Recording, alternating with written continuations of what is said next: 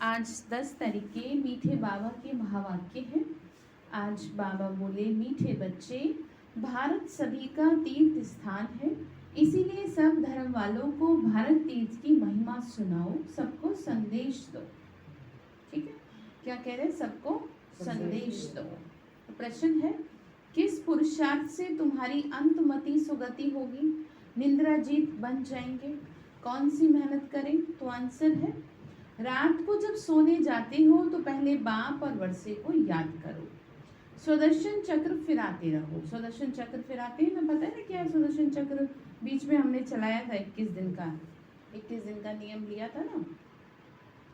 तो जब नींद आए तो सो जाओ, फिर अंतमति सुगति हो जाएगी। मतलब जितना हो सकता है आप उतना सुदर्शन चक्र फिराओ। मैंने आपको बताया था ना, बहुत सी बहनों माताओं के ऊपर ऐसी परीक्षाएं आई, लेकिन उनका सुदर्शन चक्र से वो जीत गई। सुदर्शन चक्र चलाती थी घंटों बैठ करके, जैसे लोग जप्पा जाप करते हैं ना, ऐसे वो सुदर्शन चक्र चलाती थी। स्वमान का अभ्यास जैसे करते हैं, घंटों घंटों बैठ के कई लोग करते हैं, तो उससे क्या हुआ, उनके बंधन कट गए। जैसे किसी को बड़ी भयंकर बीमारी थी, किसी के घर में बहुत पुरानी समस्या थी जिसका समाधान नहीं निकल रहा था। मैंने भी सुना था। हाँ, तो सवेरे उठेंगे तो वही पॉइंट याद आती रहेगी।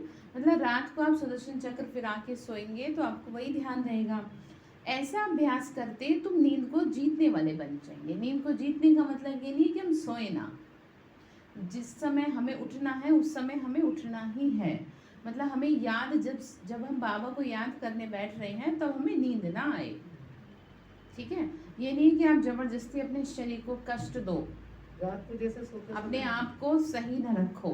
ठीक है, नींद के समय आपको नींद करनी है और बाबा की याद के समय आपको याद करना है, क्योंकि मस्तिष्क को पूरा आराम जरूरी है। ठीक है, तो बाबा ने क्या कहा, नींद को जीतने वाले बन जाएंगे, जो करेगा सो पाएगा। आप कुछ कह रहे थे ना? मैं पूछ रही थी, जैसे रात को सोते समय बताया सुदर्शन चक्र, तो लेटे लेटे कर सकते हैं? हाँ, या कैसे भी करो, लेटे लेटे आप सो जाओगे पर जल्दी। तो बाबा ने, जब बाबा आते थे गुलजार दादी में, तो बाबा ने कहा था सो बाद में पहले सुदर्शन चक्र फिराओ, अगर आपको याद हो तो 8 बार तो कहा था कम से कम, क्योंकि उसको फिराते फिराते आपको कब नींद आ जाएगी आपको पता नहीं चलेगा। इसलिए ये नियम है कि आप कोशिश करें, जिनसे बैठा नहीं जाता उनकी तो बात अलग है।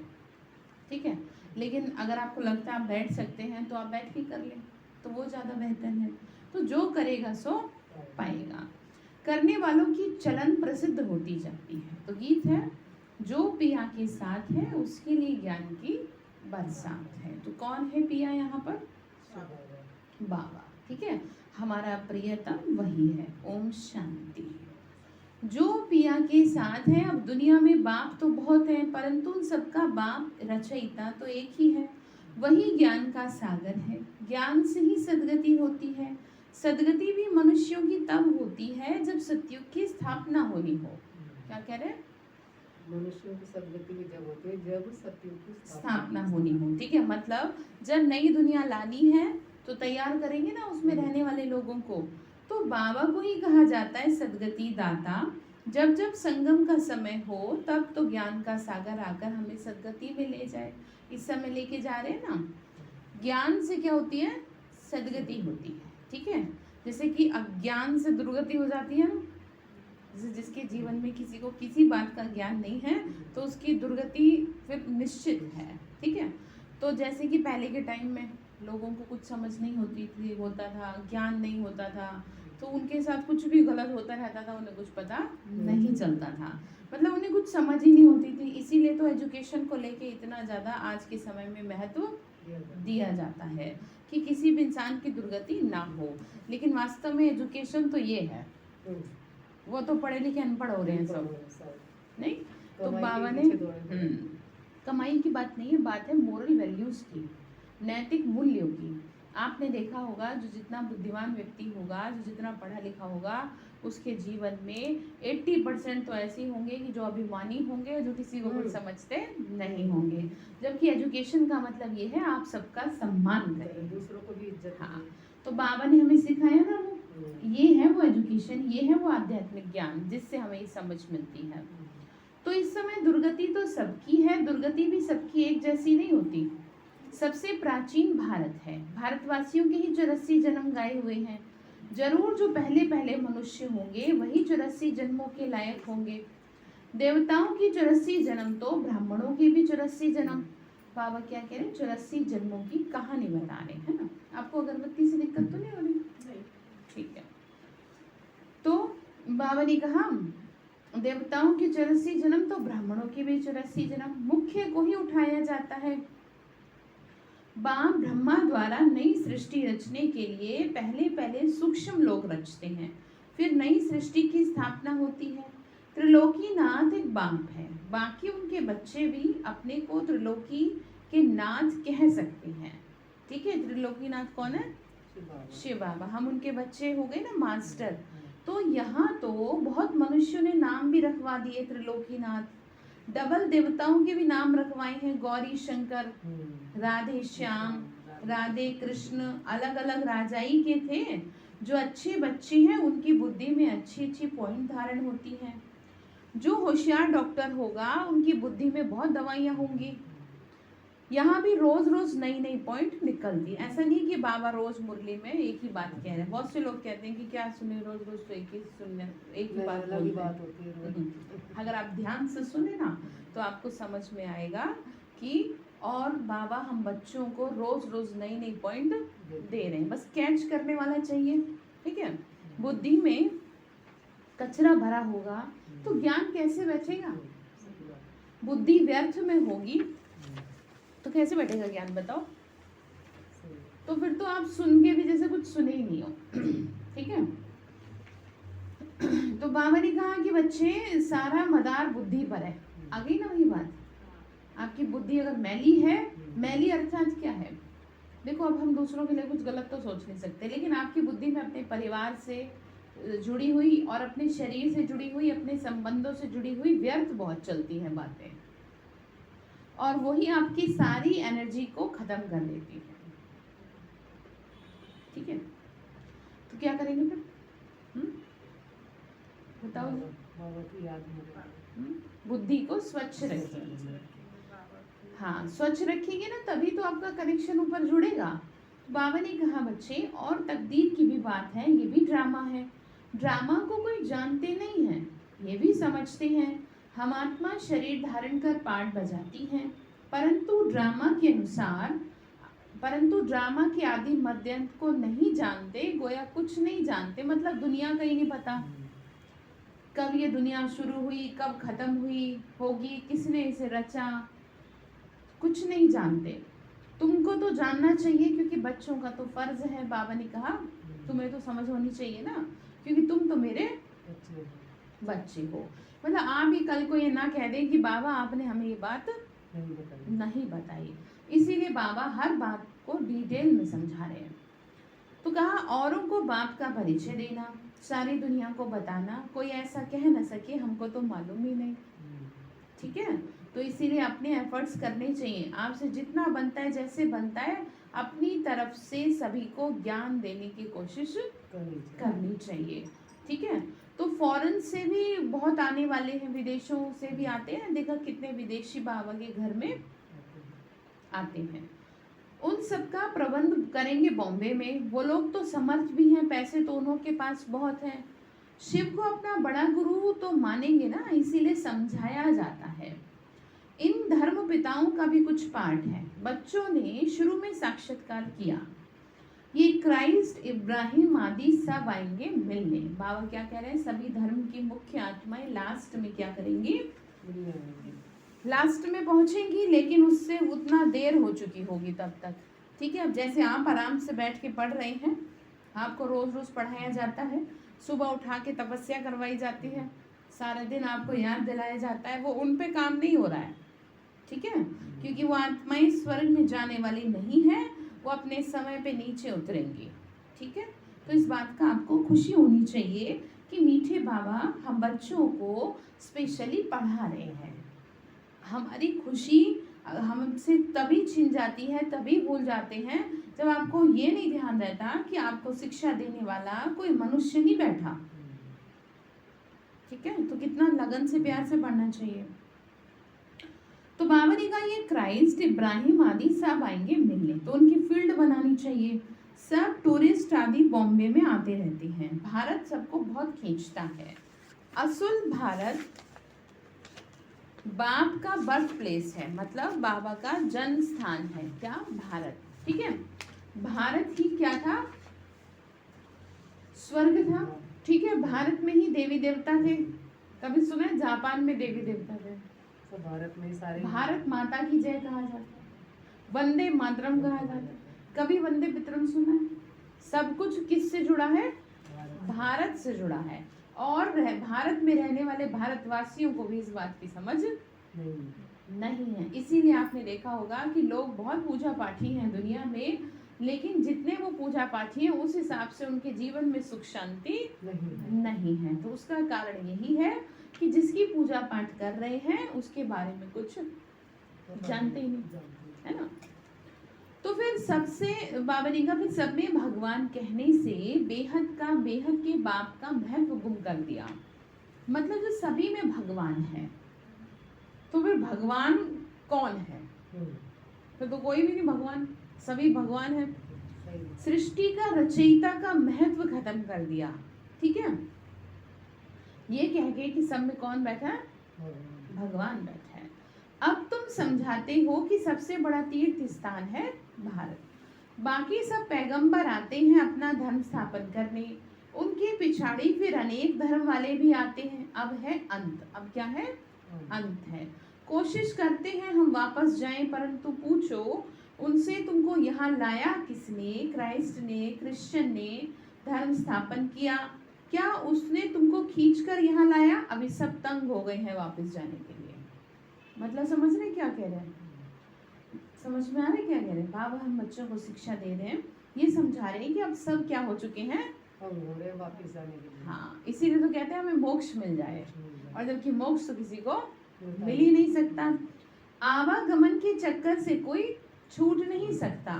इस चक्र में सबको आना है। बस ये कह सकते हैं कि मुक्ति और जीवन मुक्ति मिल जाती है। मतलब आप शरीर में रहेंगे, लेकिन शरीर में रहते हुए आप सुखी रहेंगे। ठीक है, दुख की अनुभूति नहीं होगी। जीवन मुक्ति क्या है? स्वर्ग ही तो है कि जीवन है लेकिन दुखों से मुक्त है, तो इसीलिए जीवन मुक्ति कही जाती है। तो बावनी का पाठ बजाते बजाते आखिरी दुख में आना ही है। अब थक गए ना, जैसे आप सुबह से शाम तक कब तक काम कर लोगे? एक टाइम तो थक ही जाओगे। तो ऐसी आत्मा थक जाती है। पाठ बजाते बजाते क्या हुई? आत्मा थक गई है। इसीलिए कहते हैं, कई बार मुरली में आता है, झाड़ जो है ना जड़जड़ीभूत अवस्था को पा रहा है। जड़जड़ीभूत समझते हैं? जैसे किसी पेड़ को देखा हो आपने, जो बिल्कुल ही पत्ते उत्ते सब झड़े हुए होते हैं। हाँ, एकदम डंडे से उसके खड़े रह जाते हैं, वो भी कब गिर जाए कुछ पता नहीं। हाँ, समझ रहे हैं? ऐसे ही यहाँ पर हो रही है आत्माएं कि कब कौन निकल जाए, कब कौन बाहर आ जाए, कुछ नहीं पता। इंसान भी तो ऐसे हो जाता है कई बार, पतला हाँ। सूख जाता है। तो बावली का कल्प कल्प भारत में बाबा आते हैं, ये सबको बताना, निमंत्रण देना। रचना की नॉलेज को कोई भी नहीं जानता, तो ऐसा सर्विसेबल बनकर अपना नाम बाला करना चाहिए। बावली का तुम्हें सेवा करनी चाहिए। ये मेला सब तरफ जाएगा, तो जो तीखे बच्चे हैं उनकी मदद मांगते रहते हैं। जो सेवाधारी बच्चे हैं उन्होंने नाम जपते रहते हैं। एक तो शिव बाबा को जपते हैं, दूसरा ब्रह्मा बाबा को, तीसरा फिर कुमार का गंगे मनोहर को। ये जो नाम है ये दादियों के नाम है। ठीक है, बाबा के समय की थी जो। ठीक है, तो बाबा ने कहा वास्तव में यही है ना। तो भक्ति मार्ग में हाथ में माला फेरते हैं, अब मुख से नाम जपते हैं। फलानी बहुत सर्विसेबल है। जैसे शुरुआत में आत्माएं बहुत सेवा की, दीदी दादियों ने, बड़ी बड़ी महारथी जिन्हें कहते हैं ना, तो उनकी बात कर रहे हैं। निरहंकारी है, मीठी है, देह अभिमान नहीं है। बिल्कुल भी बाबा दादियों में क्या नहीं होता था? अभी तो थोड़ी भी सेवा करते हैं तो क्या आ जाता है? देह अभिमान आ जाता है। इसीलिए उतना अच्छा बेस्ट रिजल्ट नहीं निकल पा रहा जैसा निकलना चाहिए, क्योंकि जिस हिसाब से सेवा हो रही है, चारों तरफ तहलका मचा हुआ है सेवा का, उस हिसाब से रिजल्ट नहीं है। क्योंकि सेवा करने वालों की स्थिति और बाबा से जो लगन है वो उतनी नहीं है, बाबा कह रहे जितनी होनी चाहिए। और देहाभिमान की वजह से वो क्या है, फिर वो रिजल्ट नहीं अच्छा निकलता। मतलब ये ऐसे हो गया जैसे आप जिसके घर में रहो आप उसी को आंख दिखाओ तो वो आपको खुश रहेगा आपसे। तो इसका मतलब बाबा के बच्चे, बाबा की सेवा और बाबा को अभिमान कि हाँ हम ही तो कर रहे हैं, नहीं तुम्हारा कहाँ से चले। तो फिर कैसे बात बने। और ये नहीं पता है बाबा के बिना कुछ नहीं हो सकता। अब वही करा रहा है कि कोई आपका पुण्य कर्म जागृत हुआ कि जो आपसे वो क्या करवा रहा है, सेवा करा रहा है, सेवा करवा रहा है। नहीं तो लोग लाख चाहते हैं भगवान की सेवा करें लेकिन उनके पाँव नहीं पड़ते, उनके हाथ नहीं उठते सेवा के लिए। तो मतलब समझ रहे हैं। तो देह अभिमान नहीं था तो कहते हैं ना घुरते घुराए, यानी स्नेह दो तो स्नेह मिले, प्यार दिया तो प्यार मिला। ठीक है ना, दीदी दादियों ने कैसे सबको प्यार दिया, तो आज देखो जन जन की वो प्यारी थी। तो अब बाबा कहते हैं तुम दुखी बने हो, तुम मुझे याद करेंगे तो मैं भी मदद करूंगा। अब याद करो आप अपने रिश्तेदारों को और मदद मांगो भगवान से, तो कैसे बात बने बताओ, नहीं बन पाएगी ना। श्री कृष्ण का द्रौपदी का मिसाल याद कर लिया करो, पांचों पतियों पे आस लगा के बैठी रही, आखिरकार कोई नहीं बचाया तो कहती है तुम आ जाओ, फिर बुलाए तो कहती इतनी देर से क्यों आए, तो बोले तुमने मुझे बुलाया ही कहाँ था। अब इसका ना अर्थ समझ लीजिए, आप जब तक ये सोचेंगे कि फलानी मेरी मदद कर दे, मेरे रिश्तेदारी में ये मेरी मदद कर दे, तब तक भगवान दूर खड़ा रहेगा। ठीक है, तो बेहतर यही है कि आप सबसे पहले किसको बुला ले, उसको बुला ले, तो फिर बाकियों को बुलाने की उनके आगे हाथ जोड़ने की जरूरत नहीं पड़ेगी। नहीं तो मिन्नतें करनी पड़ती है ना, भाई हमारी क्या कर दो आप, मदद कर दो। तो हम क्यों मिन्नतें करें किसी से, जब हमारे साथ वो है कि जिसके एक कहते हैं ना उसके सिर्फ उंगली छू जाए तो धरती पावन बन जाए। तो हमारी समस्या क्या है, कुछ भी नहीं। तो कंडीशन यही है कि आप उसको याद कितना कर रहे हैं। ठीक है, तो बाबा ने कहा तुम नफरत करोगे तो गोया अपने ऊपर नफरत करते हैं, जैसे कि ईर्ष्या करेंगे, घृणा करेंगे, किसी से चिढ़ेंगे। ठीक है, तो वो किसी से नहीं हो रहा, वो अपने से हो रहा है। आप अर्थ को समझ लीजिए, क्योंकि आप जो देंगे वही मिलेगा। प्यार देंगे प्यार मिलेगा, सम्मान देंगे सम्मान मिलेगा, नफरत देंगे तो नफरत ही मिलेगी। तो बाबा ने शिक्षा क्या दी कि तुमको ना तो किसी से नफरत देनी है और ना ही किसी से नफरत देनी है। ठीक है, लेना आप ही के ऊपर है, दोगे तो मिलेगी मिलेगी। कोई मनुष्य आपका कितने दिन तक दुश्मन रह सकता है, एक टाइम पे आके तो उसका मन बदलता ही है, निश्चित है। ये मैं नहीं कह रही, ये ह्यूमन साइकोलॉजी है। ठीक है, ये वैज्ञानिक कहते हैं कि कोई भी मनुष्य का मन हमेशा एक जैसा नहीं रहता। किसी ने आपसे 10 साल पहले कुछ बात कही, जरूरी नहीं है कि वो 10 साल बाद भी उसी बात पर जिक्र करे। उसके मन में 10 साल बाद भी आपके प्रति घृणा और क्रोध और ये सारी चीजें हो, मन बदलता रहता है। समझ गया। तो जबकि यहाँ पे आपको सृष्टि का रचयिता मिला है, सबके मनों को बदलने वाला, सबको सही ट्रैक पे लाने वाला, तो फिर कैसे नहीं होगा सही। तो अब आप ये नहीं कह सकते कि भाई मेरे घर में ये आत्मा बड़ी परेशान करती है और अब मैं इससे कैसे प्यार से पेश आऊं। ठीक है, तो ऐसा तो नहीं है ना, आपको क्या करना है, प्यार ही देना है। ऐसा नहीं कि हमसे तो हमें तो प्यार मिल नहीं रहा, हम कहाँ से दे दें, हमें तो सम्मान मिल नहीं रहा तो हम कहाँ से दें। जो आपको सम्मान नहीं दे रहा, प्यार नहीं दे रहा, वो अंदर से खाली है, अंदर से दुखी है, इसीलिए तो उसको फ्रस्ट्रेशन हो रही है, इरिटेशन हो रही है, जो वो आपके ऊपर निकल रही है। अब आप भी वही करें तो बुद्धिमान हुआ कोई या मूर्ख हुए दोनों तो क्या करेंगे फिर, मूर्खता नहीं करेंगे ना, ध्यान रखेंगे। तो बाबा ने कहा बच्चे, धन कितना अथाह मिलता है, किसी को लॉटरी मिलती है तो कितना खुशी होती है ना, तो उनमें भी कितने इनाम आते हैं, फिर सेकंड प्राइज थर्ड प्राइज भी होती है। तो यह भी ईश्वरीय रेस है, ज्ञान और योग की रेस है। यहाँ किसकी रेस है, ज्ञान और योग की, कि आपको इतने साल हो गए ज्ञान में चलते हुए, आपके जीवन में कितना परिवर्तन है उस ज्ञान से। तो सामने वाली आत्मा सपोज आपके साथ में जो चली, उसके जीवन में तो बहुत परिवर्तन आ गया, आप तो जहाँ थे वहीं के ऐसे कैसे हो गए फिर। तो इसका मतलब आपने ज्ञान को बुद्धि में धारण नहीं किया, बस पोथी पढ़ पर जग भया हो गया आपके साथ। ठीक है। तो ज्ञान और योग की रेस करेंगे ना कि मुझे आगे जाना है, मुझे अपने घर की सारी समस्याओं को अपनी शक्ति से क्या करना है, सही करना है। ठीक है ना, वेरी गुड। मैं जैसे जैसे ज्ञान योग करूंगी वैसे वैसे सारी चीजें सही होती जाएंगी। देखो कितना अच्छा लगेगा, फिर आपको खुशी होगी। जैसे मैंने आपको बताया था ना, एक भाई आते थे हमारे यहाँ, तो जब वो शुरू में आए थे तो उनकी बेटी का, मैंने बताया था ना, डिप्रेशन था। उनकी बेटी गोल्ड मेडलिस्ट, उसे एजुकेशन मिनिस्टर से अवार्ड तक मिला हुआ, लेकिन वो अपनी किसी फ्रेंड से ही, मतलब लड़की से ही डिप्रेशन में इतनी हो गई कि उसे मेंटल हॉस्पिटल में ले जाना पड़ा। उसका कोई इलाज नहीं हो रहा था सही तरीके से। तो उन्हें सिर्फ एक प्रैक्टिस सिखाई थी कि आपको क्या करना है, रोज अमृत वेले इसको वाइब्रेशन देने हैं, जैसा आप चाहते हो वैसे ही करना। और 41 दिन उन्होंने किया और उनकी बेटी पूरी तरह ठीक है, अब कनाडा में पढ़ रही है। और वो इतने खुश होते हैं, कहीं भी जाते हैं तो मतलब उन्हें यही बात याद रहती है ना। 41 डेज उन्होंने पूरा हाँ। किया है। और देखो बेटी का कितना, मतलब पिता है तो प्यार, बहुत रोते थे वो आते थे जब, तो उनको प्रॉपर सिखाया जाए कुछ भी हो जाए आप इसके लिए करो। तो क्या किया, अपने ही योग से ठीक किया।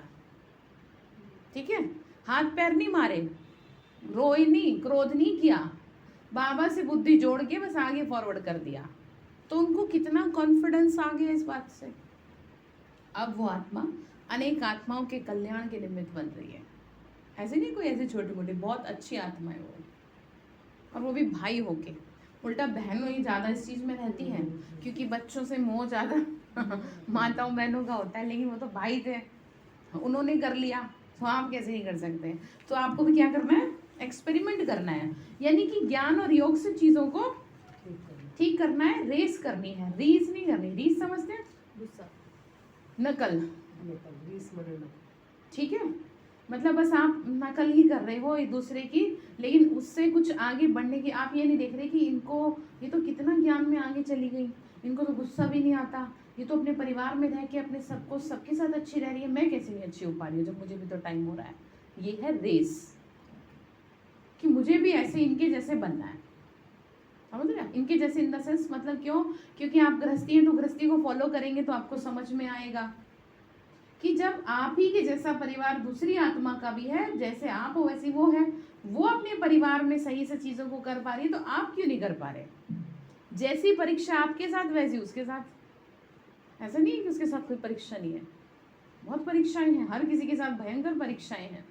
लेकिन यहाँ पे बात है ज्ञान और योग की। जिसका जितना अच्छा योग होगा उसकी घर में, परिवार में उतनी ही समस्याएं कम होंगी। ठीक है, समझ रहे हैं आप, उतने ही वाइब्रेशन अच्छे फैलते जाएंगे। तो अगर घर में कोई समस्या आने वाली भी होगी ना, तो बाहर से बाहर ही चली जाएगी। तो ये किसके ऊपर डिपेंड करता है, आपके ऊपर। तो ठीक है, तो रेस करेंगे ना, तो जो उनमें तीखे जाएंगे वही गले का हार बनेंगे। किसके गले का हार बनना है, बाबा के। और तख्त पर नजदीक बैठेंगे। तो तुम सब हो कर्मयोगी। अब क्या कह रहे हैं,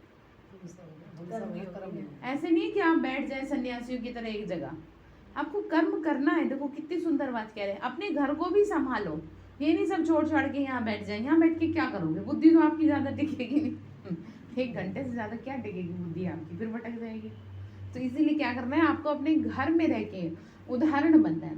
क्लास में 1 घंटा पढ़ना है, मतलब मुरली, और फिर घर में जाके उसको क्या करना है, रिवाइज करना है। स्कूल में भी ऐसे ही करते हैं ना, पढ़ के फिर घर में जाके क्या करते हैं, रिवाइज करते हैं। तो बाबा कहते हैं 1 घड़ी आधी घड़ी, आधी की भी आधी घड़ी मुझे दे दो, याद कर लो। ठीक है, फिर कहा दिन में 8 घड़ी होती हैं, उनमें भी बाबा कहते हैं 1 घड़ी, अच्छा आधी घड़ी, अच्छा फिर 15-20 मिनट भी क्लास में पढ़कर धारणा कर, फिर धंधा धोरी में चक्र लगाओ। मतलब अगर आपके पास 1 घंटा भी नहीं है, 1 घड़ी भी नहीं है, तो आप क्या करो, अपना 15-20 मिनट ही आ जाओ, उसी में आपको इंजेक्शन दे देगा वो ताकत का। आप समझ रहे हैं, कौन सा इंजेक्शन, ज्ञान का, योग का। ताकत चाहिए होती है ना, तो भगवान हमें इस ज्ञान के माध्यम से, इंजेक्शन अर्थात ज्ञान। तो आगे तुमको बाबा बिठाते थे, तो याद में बैठो, सुदर्शन चक्र फिराओ। याद का ज्ञान तो था ना, बाप और वर्षे को याद करते, सुदर्शन चक्र फिराते, जब देखो नींद आती है तो सो जाओ। ठीक है, जबरदस्ती ना करो अपने मस्तिष्क के साथ, क्योंकि आपकी बुद्धि जितनी देर बैठ सके, देखो अमृत वेले तो आपको किसी भी हाल में क्या नहीं करना, सोना नहीं है। और अब तो और अच्छी नींद आएगी, जानते क्यों? सर्दी आ रही है। ठंडा आ रही है, निकलने का ही मन नहीं करेगा। तो निकलना थोड़ी है, रजाई में बैठ जाना। देखो कितना अच्छा है, ऐसा कोई होगा जो लेकिन दीदी ये एक बात पूछ रही हूँ मैं, जैसे हम लोग कपल दोनों सो रहे हैं तो मैं उस बेड पे कर सकती हूँ ये? हाँ, जैसे आप बैठे हो वैसे, जैसे आप सो रहे थे ना वैसे उठ के बैठ जाओ, बस आपको कुछ नहीं करना। जगह नहीं चेंज करना। आपके लिए वो डिपेंड करता है, आपके सर्कमस्टांसेस ऐसे नहीं है कि आप अलग से जाके बैठो। अगर कोई अकेला है जिसके घर में सारे ज्ञान में चलते हैं, जिसको कोई बंधन नहीं है, कोई रोक टोक नहीं है, वो जाके अलग से करे, ठीक है। लेकिन अगर किसी के घर में दुनिया भर की रोक टोक है और 70 सवाल जवाब होंगे आपसे कि क्या कर रही हो इतनी सुबह उठ के, तो आप जहाँ सो रही हैं वहीं उठकर बैठ जाएं, ठीक है ना। हम लोग कभी ऐसे नहीं करते, लेकिन क्योंकि हम तो बाबा घर में सीधा बाबा के कमरे में या क्लासरूम में बैठते हैं, क्योंकि वहाँ पे नींद के क्या रहते हैं, वाइब्रेशन रहते हैं, क्योंकि आपके पास कोई ऑप्शन नहीं है। हाँ, मतलब वही है ना कि वाइब्रेशन सोने के पर आपके पास कोई दूसरा ऑप्शन भी तो नहीं है ना। इससे बेहतर कि आप सो उठो ही ना, तो कम से कम जैसे बैठे हो सोए हो वैसे ही बैठ जाओ, ठीक है। पर ये नहीं धीरे से फिर चुपचाप सो जाओ ऐसा मत कर देना, ठीक है। मतलब कम से कम आधा घंटा तो बैठो, 10 मिनट बैठ सकती हूँ दीदी, फिर तो आप ऐसा करो ना 5 बजे से करो। मैंने सिखाया था, किसको सिखा रही थी कि 6 बजे से पहले पहले करना होता है। आप सोचो कि मैं 5 बजे उठूंगी और 5:30 बजे तक बैठूंगी, इतना टारगेट रख लो, बस 7 दिन तक इसे रखो। फिर 7 दिन जब पूरे हो जाए तब मुझे बता देना, फिर आगे बताऊंगी। एकदम से आप खुद को कहोगी मैं 4 बजे से 4:45, तो आपका दिमाग रिजेक्ट कर देगा कि मेरे बस की नहीं है। फिर चाहे कुछ भी बहाना दे आप, वही है ना, उठ के गुड मॉर्निंग करते हैं, मीठे बाबा प्यारे बाबा थोड़े बहुत बोलते हैं, ऐसे में फिर लगता है कि चलो सो जाओ। बस वो है कि गुड मॉर्निंग कर ली, याद कर लिया बाबा को, दीदी इतना ही होता है, ठीक है। नहीं 5 नहीं, बजे से ना अब आप 5 से नियम बनाओ 7 दिन के लिए, हाँ, ठीक है। 5 बजे का अलार्म लगाओ और 5 बजे आप उठोगे तो आपको कोई कुछ कहेगा भी नहीं, क्योंकि 5 बजे तो आम लोगों के उठने का टाइम हो जाता है। तो 7 दिन का धीरे धीरे करके चलो, ठीक है। फिर बताएंगे कैसे उस ट्रैक तक आओ। तो बाबा ने कहा कि सोना नहीं है, ठीक है। बाबा ने कहा तुम नींद को जीतने वाले बन जाएंगे, जो करेगा सो पाएगा। करने वाले को देखने में आता है, चलन प्रसिद्ध हो जाती है, देखा जाता है, ये विचार सागर मंथन करते हैं। अभी हम सब क्या कर रहे हैं, हाँ, अब आपको जो डिस्कशन हो रहा है ये क्या बताया जा रहा है, सागर विचार मंथन हो रहा है। हाँ, मंथन हो रहा है। तो धारणा करते हैं, कोई लोभ आदि तो नहीं है, ये पुराना शरीर है, इसका भी बहुत ख्याल नहीं, इनका भी बहुत ख्याल नहीं करना, ये भी ठीक तब रहेगा जब ज्ञान की पूरी धारणा होगी। इसका मतलब ये है कि आप सारा दिन अपने शरीर को बैठ के रोते रहें, उससे कोई फायदा नहीं है।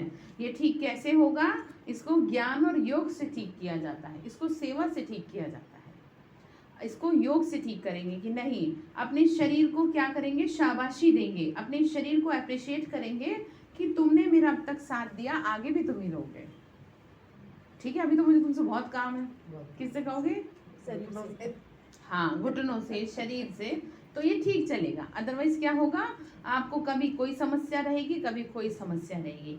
और अगर आप ज्ञान से अपने आप को बार बार ये कहते रहोगे कि नहीं बहुत सही है और ठीक हो जाएगा, तो शरीर भी क्या है, ठीक होने लगेगा, ठीक है। हाय हाय नहीं करेंगे, चीजों का समाधान निकालेंगे। तो नया शरीर फिर भविष्य में मिलना है, आत्मा को पवित्र बनाना है।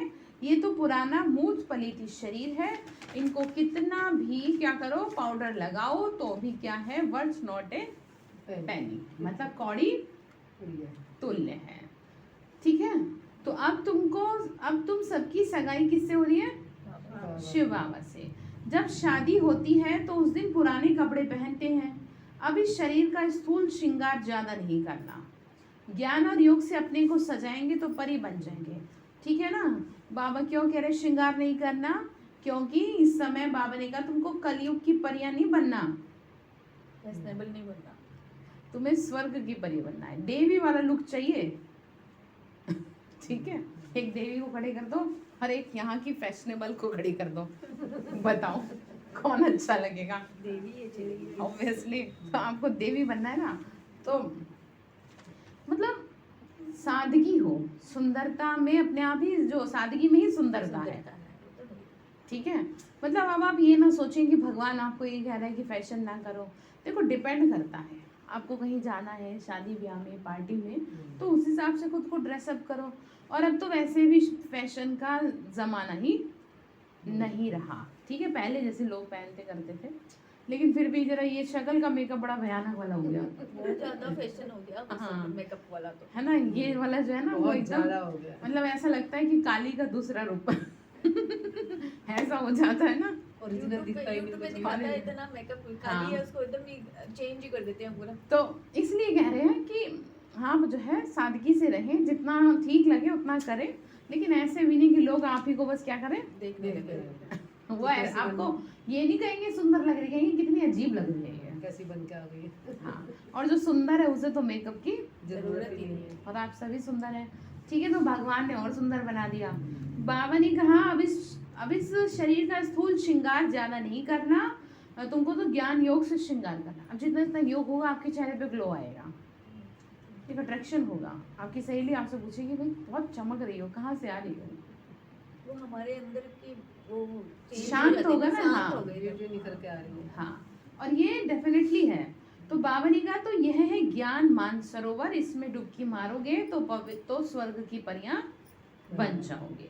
प्रजा को परी नहीं कहेंगे, कहते हैं कृष्ण ने भगाया फिर महारानी पटरानी बनाया। अब इतनी बुद्धि नहीं आई किसी को कि किस लिए भगाया, ठीक है, और क्यों भगाया। तो वास्तव में शरीर को भूलने की बात कही गई थी, लेकिन ऐसी बातें दे दी, समझ नहीं आया ना। तो मतलब क्या है, हम लोग क्यों भागे आते हैं ज्ञान योग करने के लिए, तो ठीक है, क्यों, क्योंकि इसको निखारना है ना, पटरानी बनाना है आपको।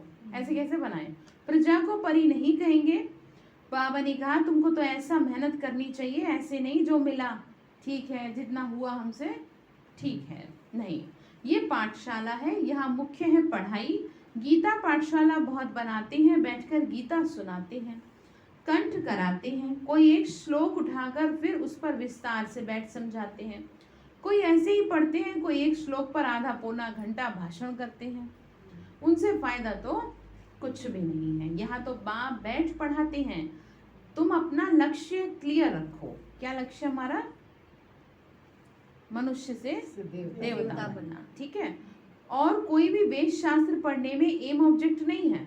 आप कहीं भी जाओ, किसी भी सत्संग में, कोई आपको नहीं कहेगा कि आपको यहाँ पर आए हो तो आपको ये लक्ष्य लेना है।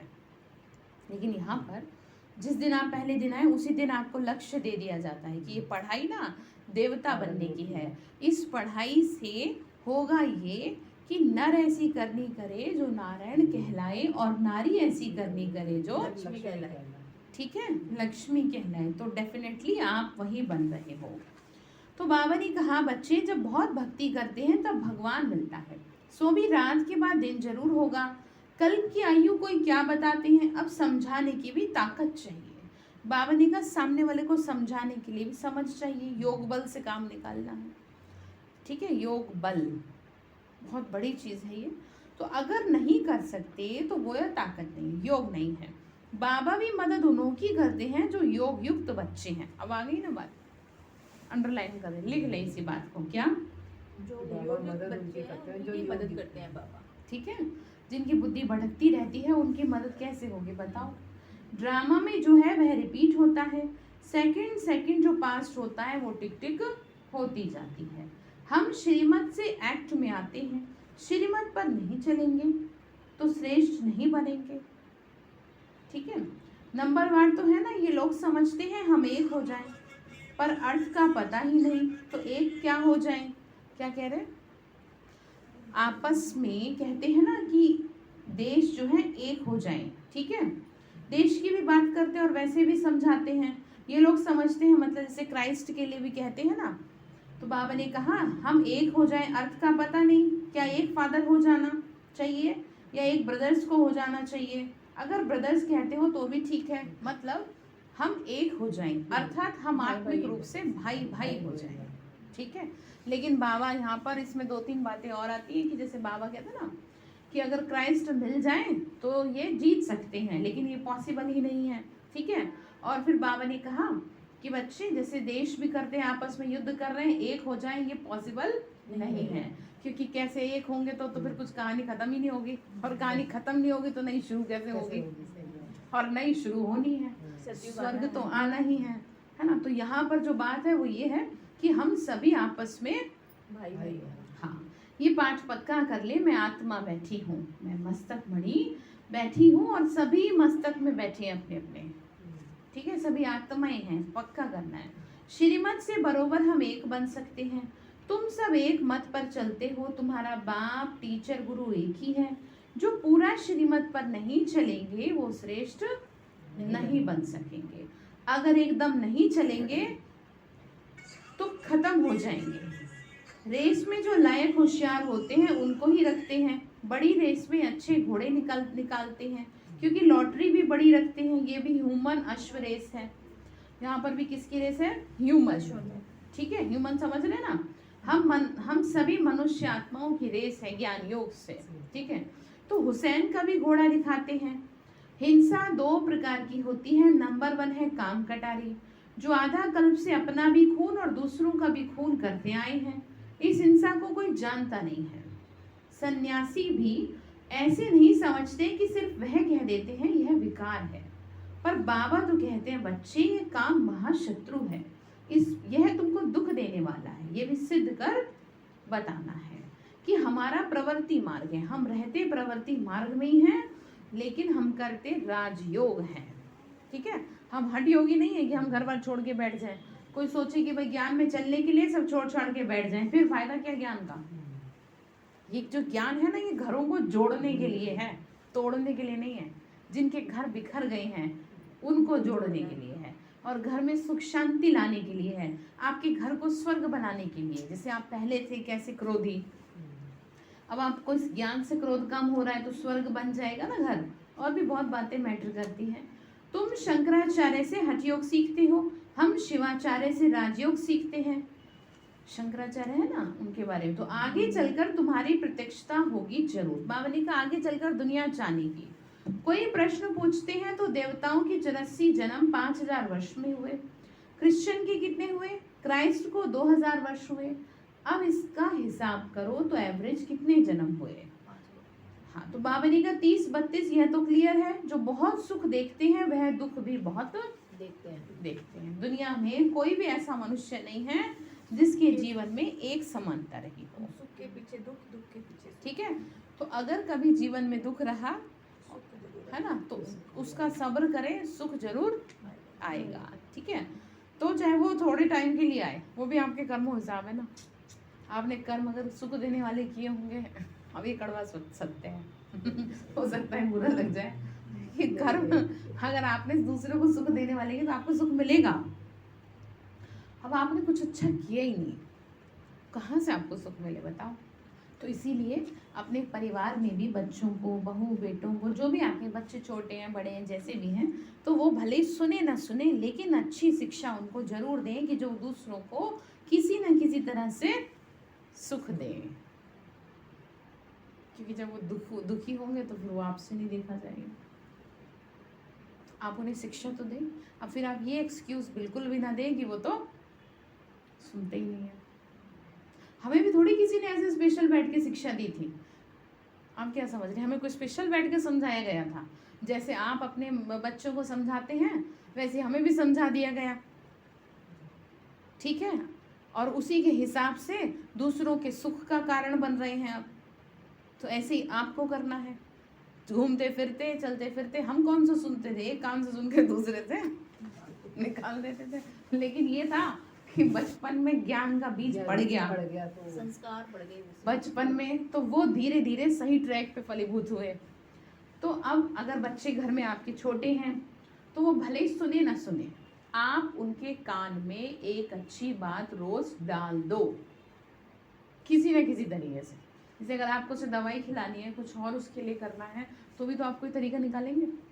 तो क्यों ना अच्छी बात उसके कान में डाल दो, क्योंकि वो जैसे जैसे बड़ा होगा वैसे वैसे अदरवाइज फिर आपको बद्दुआ देगा। मैंने बताया था ना, एक बहन का आया नहीं कुछ एक बहन का मैंने आपको बताया था कि एक ज़्यादा उम्र नहीं थी उसकी, उसकी मैरिड लाइफ पूरी तरह डिस्टर्ब थी। वो दिखने में बहुत ही सुंदर, हर तरह से टैलेंटेड थी लड़की, और उसका वो बीच में मतलब ना तो इधर की ना उधर की, मतलब कंक्लूजन ये है कि उसने कहा कि अगर आज मेरी लाइफ डिस्टर्ब है तो वो सिर्फ मेरे पेरेंट्स की वजह से, कि मेरी माँ ने कभी मुझे, मेरे पिता ने कभी मुझे अच्छी शिक्षा नहीं दी, मेरी माँ ने कभी मुझे बैठ के ये नहीं समझाया कि बेटा ऐसे नहीं ऐसे, हर गलत चीज पर प्यार का पर्दा डाल दिया। आप समझ रहे प्यार का पर्दा क्या?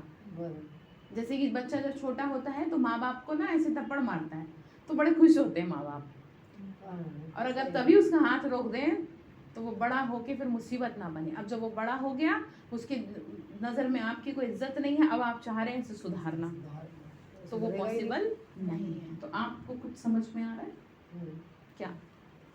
शुरू से ही बचपन से ही बच्चों को समझा देना चाहिए। चलो बचपन नहीं, आपके तो ऐसे है नहीं, छोटा कोई हो, लेकिन बड़े हैं तो बड़ों को कैसे समझाओगे?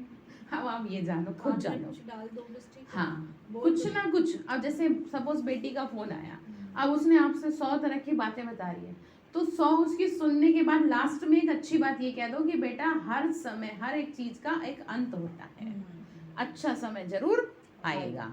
अब वो जब भी दुखी होगी तो उसे आपकी बात याद रहेगी कि मेरी माँ ने कहा था कि कोई बात नहीं, आज नहीं तो कल से ये बातें खत्म हो जाएंगी, अच्छा समय जरूर आएगा, बस जीत जाएगी ऐसे। अदरवाइज भगवान से जोड़ने का सिखाते जाओ छोटे छोटे बच्चों को या बड़ों को भी, कि कभी भी कुछ बात हो रही है तो शिव बाबा को बुलाओ। जैसे द्रौपदी ने श्री कृष्ण को बुलाया, तो तुम भी निराकार को बुलाओ और जिद से बुलाओ कि मुझे नहीं पता, आपको आना पड़ेगा, बहुत हो गया अब, और ऐसा हो नहीं सकता कि वो तो ठीक है। तो ये क्या हो जाएगा, ये आप सबके सुख के कारण बन जाएंगे, ठीक है।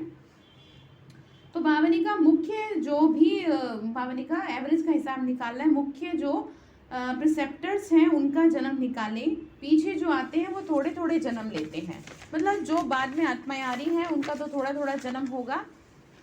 इब्राहिम का हिसाब निकाल सकते हो करके, 1-2 जन्म का फर्क पड़ेगा, एक्यूरेट नहीं बता सकते, अबाउट में समझाते हैं। बाबा क्या कह रहे हैं, सभी धर्म के धर्म गुरु कैसे कैसे आते हैं, कितने कितने वो जन्म लेते हैं 84 जन्मों में, उसका हिसाब निकालने की बात कर रहे हैं। तो ये सब बातें विचार सागर मंथन करने की है। कोई पूछे तो क्या समझाए, फिर भी बोलो पहले बाप को याद करो, क्योंकि बाप से वर्षा लेना है, जन्म जितने लिए होंगे उतने ही लेंगे, बाप से वर्षा लो, मतलब आपको मेहनत क्या करनी है, भगवान से ले लो। अब वो गीत है ना, तेरे द्वार खड़ा भगवान भगत भर ले रे झोली, ठीक है। तो अब आपके लिए बेस्ट अपॉर्चुनिटी ये है कि आप जितना उससे ले सकते हैं उतना ले लो। भगवान अपनी झोली खोल के बैठा है, सुख शांति चाहिए, जो ज्ञान धन चाहिए, जो चाहिए सब मिलेगा। अच्छी रीति समझाना है। बच्चे बम्बई में बहुत मेहनत कर रहे हैं क्योंकि उनको बहुत सक्सेसफुल होना है, इसमें बुद्धि चाहिए, बाबा के धन से बहुत लव चाहिए। कोई तो धन नहीं लेते, अरे ज्ञान रतन लो और धारण करें तो क्या कहते हैं, हम क्या करें, हम समझते ही नहीं है, नहीं समझते तो तुम्हारी भाभी, मतलब क्या कह रहे हैं कि बाबा जैसे कई वो कहते हैं ना ज्ञान समझने के लिए, तो कहते हैं नहीं नहीं हमें नहीं समझना, आप हमारा ये सेवा में लगा दो, आप समझ रहे हैं, धन हमारा सेवा में लगा दो, पर हम ज्ञान में नहीं चल सकते, कुछ नहीं चाहिए हम ज्ञान में नहीं चल सकते, हम ये सारी चीजों को क्या नहीं कर सकते, जीवन में नहीं ला सकते। तो फिर क्या कहते हैं, नहीं समझते तो तुम्हारी भाभी, आपकी तकदीर है, हाँ, आपकी बुद्धि जैसी रहेगी फिर उसी हिसाब से धन आएगा, और वो जो धन है वो फिर भगवान की सेवा में कैसे लगाया जाए। यहाँ तो ऐसे है कि जैसे 3 करके बच्चे को पाला जाता है ना, जैसे कि कोई गरीब माँ बाप मेहनत करके बच्चे को पाल पोस के बड़ा करता है, कैसे 1-1 रुपया जोड़ जोड़ के, तो ठीक इसी तरीके से यहाँ पर हो रहा है। कैसे कि जो भी भगवान के घर में धन आता है वो बहुत सोच समझ कर लिया जाता है, क्योंकि किसकी कैसी दृष्टि, कैसी बुद्धि, कैसी वृत्ति है, उसका इफेक्ट हम सब पे पड़ेगा, नहीं तो हम समझ रहे हैं। क्योंकि जैसा जैसे धन कमाया होगा वैसा ही फिर वो होगा। जैसे दुनिया में कहते हैं ना कि किसी की चोर लूट ले जाए, सफल उसी की हो जो ईश्वर अर्थ लगाए, ठीक है। या नाम धनी के लगाए।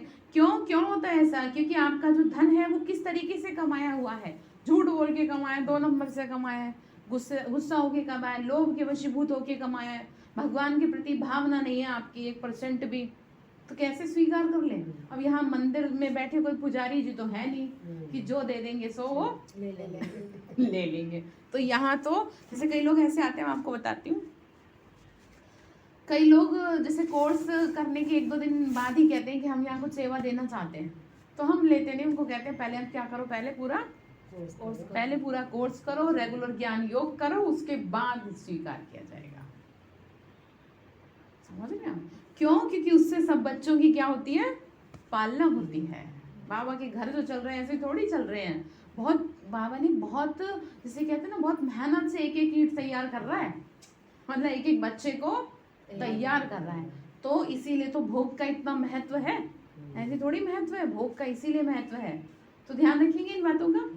तो बाबा ने कहा कि बाबा के धन से बहुत लाभ चाहिए, कोई तो धन नहीं लेते, अरे ज्ञान रतन लो और धारण करो। तो कहते हैं हम क्या करें, हम समझते ही नहीं समझते तो तुम्हारी मर्जी। अच्छा, मीठे मीठे सिक्के लदे बच्चों प्रति माता पिता बाप दादा का याद प्यार और गुड मॉर्निंग। रूहानी बाप की रूहानी बच्चों को नमस्ते, रूहानी हम बच्चों की रूहानी माता पिता बाप दादा को नमस्ते। नमस्ते बाबा, नमस्ते, शुक्रिया बाबा, शुक्रिया बाबा, शुक्रिया। तो धारणा के लिए मुख्य सारे शरीर को ठीक रखने के लिए ज्ञान और योग की धारणा करनी है। स्पेशली योग करना है अगर आपके शरीर में कोई अलग से कर्म भोग आपको ज्यादा तंग कर रहा है।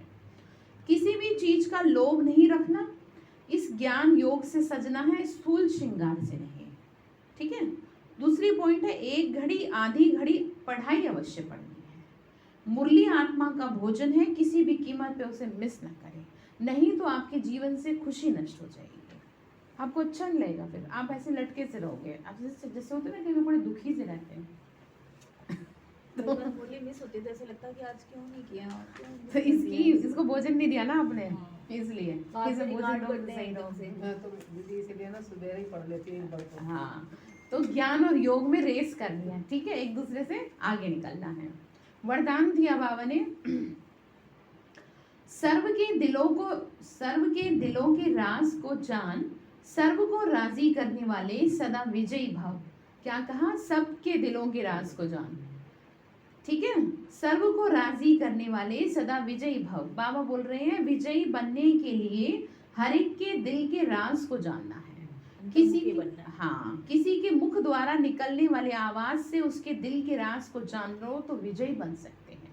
जैसे कि आप चाह रहे हो जैसे आप चाह रहे हो कि योग करवा दो आज, और आपने कहा नहीं मेरे से, लेकिन मुझे अपने आप ही पता चला, तो ये क्या हुआ, आपके दिल का राज मैंने जान लिया। तो ऐसे आपको भी फिर क्या हुआ, विजयी बन गए। तो ऐसे आपको भी औरों के दिलों के राज को जानना है, लेकिन वो आप तभी जान पाओगे जब आप अपनी बुद्धि की लाइन क्लियर रखोगे। बाबा ने कहा तो विजयी बन सकते हो, लेकिन दिल के राज को जानने के लिए अंतर्मुखता चाहिए। वही है, अंदर से तो आप डिस्टर्ब हो, कैसे आप दूसरे के मन के भाव को जानोगे? आपको अपने मन का तो पता नहीं है कि आपके दिमाग में क्या चल रहा है, चल गया और क्यों चल रहा है, सारी बात चल रहा है, हाँ, रोकने से भी नहीं रुकता, तो उसको फुल स्टॉप करना चाहिए। तो जितना अंतर्मुखी रहेंगे, हर एक के दिल के राज को जानेंगे, तो उसे राजी कर सकेंगे। ठीक है, राजी करने वाले ही विजयी बनते हैं। अब राजी का मतलब ये नहीं कि भगवान की आज्ञाओं के अगेंस्ट जाके राजी करें, ठीक है, भगवान की आज्ञा मान के राजी करें। हाँ, बाबा को साथ लेके करेंगे, सांप भी मर जाए और लाठी भी न टूटे। ठीक है, तो क्या करना है, बाबा अंतर्मुखी रहेंगे तो पता चलेगा। स्लोगन है, वैराग्य ऐसी योग्य धरनी है जिसमें जो भी फल डालेंगे वह फलीभूत अवश्य होगा। बहुत गहरा स्लोगन है। 3 स्टेजेस है हमारी, ज्ञान योग धारण, 4 ज्ञान योग धारणा सेवा, जैसे ऐसे ही 3 और चीजें हैं। भक्ति का फल मिलता है ज्ञान, और ज्ञान का फल मिलता है वैराग्य। वैराग्य का मतलब ये नहीं कि आप सन्यासी बन जाओ, चीजों से वैराग्य आ जाए, नहीं, आपको खुशी से वैराग्य आया है कि आपको दुनिया दूसरी लेनी है, आप ट्रांसफर कर रहे हैं आपको यहाँ से वहाँ। ठीक है, तो वैराग्य ऐसी योग्य धरनी है। जब आपको ये बात ध्यान रहेगी तो जो भी फल डालेंगे उसमें, जो भी आप उसमें संकल्प डालेंगे फलीभूत होगा। वो जरूर फलीभूत होगा। जैसे कि आप ये संकल्प डाल रहे हैं कि मैं तो देवकुल की महान आत्मा हूँ, मेरे लिए तो बाबा ने सुंदर परिवार तैयार किया है, ध्यान से समझिए। तो 101% आपके घर में सभी सुंदर और आपके साथ खुशी से व्यवहार करेंगे। सुंदर मीन्स आपका व्यवहार अच्छा होगा, सभी से प्यार, सभी से संबंध सुधरते जाएंगे। ये जो बारहवीं का ना फलीभूत अवश्य होगा, ठीक है। लेकिन आपको याद दिलाना पड़ेगा कि बाबा ने मेरे लिए इतना सुंदर परिवार तैयार किया। वो कौन सा परिवार है? ब्राह्मण परिवार। तो ये संकल्प यहाँ तो तैयार हो ही रहा है, आपके घर में भी काम करेगा, ठीक है। तो आज बाबा ने हम बच्चों को जो होमवर्क दिया है वो ये है, आज आपको स्पेशली अपने शरीर के लिए योग करना है, ठीक है। और शरीर को ठीक करने के लिए योग करना है, और इस बात का ध्यान रखना है कि क्या है, 1 घड़ी, आधी घड़ी और 15-20 मिनट थोड़ा तो टाइम क्या करूं मैं, पढ़ाई करूं, ठीक है। अच्छा, ओम शांति।